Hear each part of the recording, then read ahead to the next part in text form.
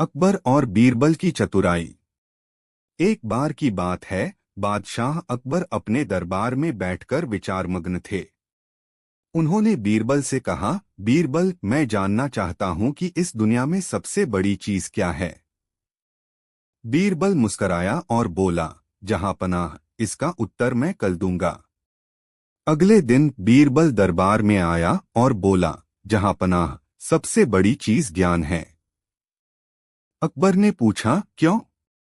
बीरबल बोला, क्योंकि ज्ञान से ही मनुष्य सही गलत में भेद कर सकता है, न्याय कर सकता है और सब कुछ सीख सकता है। एक ज्ञानी मनुष्य निर्धन होकर भी सम्मानित होता है। अकबर कुछ संतुष्ट हुए लेकिन बोले, तुम्हारी बात ठीक है, लेकिन मुझे कोई ऐसा उदाहरण दो जिससे यह सिद्ध हो जाए।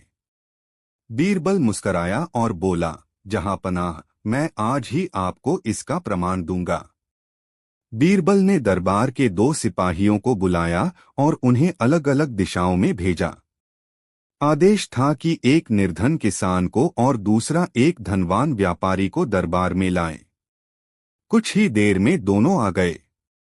बीरबल ने दोनों से सामान्य सवाल पूछे, जैसे उनका नाम, गांव और काम।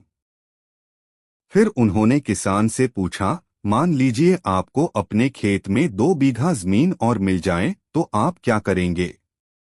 किसान बोला, मैं उसमें और अन्न उगाऊंगा ताकि गांव के लोग भूखे न रहें। बीरबल ने वही सवाल व्यापारी से पूछा। व्यापारी बोला, मैं उस जमीन पर एक गोदाम बनाऊंगा जिसमें अपना सामान रख सकूं और ज्यादा मुनाफा कमा सकूं। बीरबल ने अकबर की ओर देखा और कहा, जहां पनाह, यही ज्ञान का प्रभाव है। एक व्यक्ति अपने लाभ से पहले दूसरों की भलाई सोचता है, जबकि दूसरा केवल लाभ के बारे में सोचता है। ज्ञान का उद्देश्य स्वार्थ नहीं, सेवा होना चाहिए।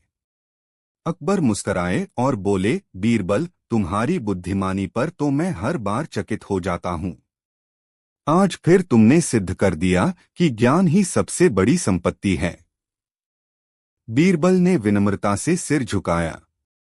उस दिन के बाद अकबर ने दरबार में यह घोषणा कर दी कि हर नागरिक को शिक्षा का अधिकार मिलना चाहिए, चाहे वह किसी भी जाति, धर्म या वर्ग का हो।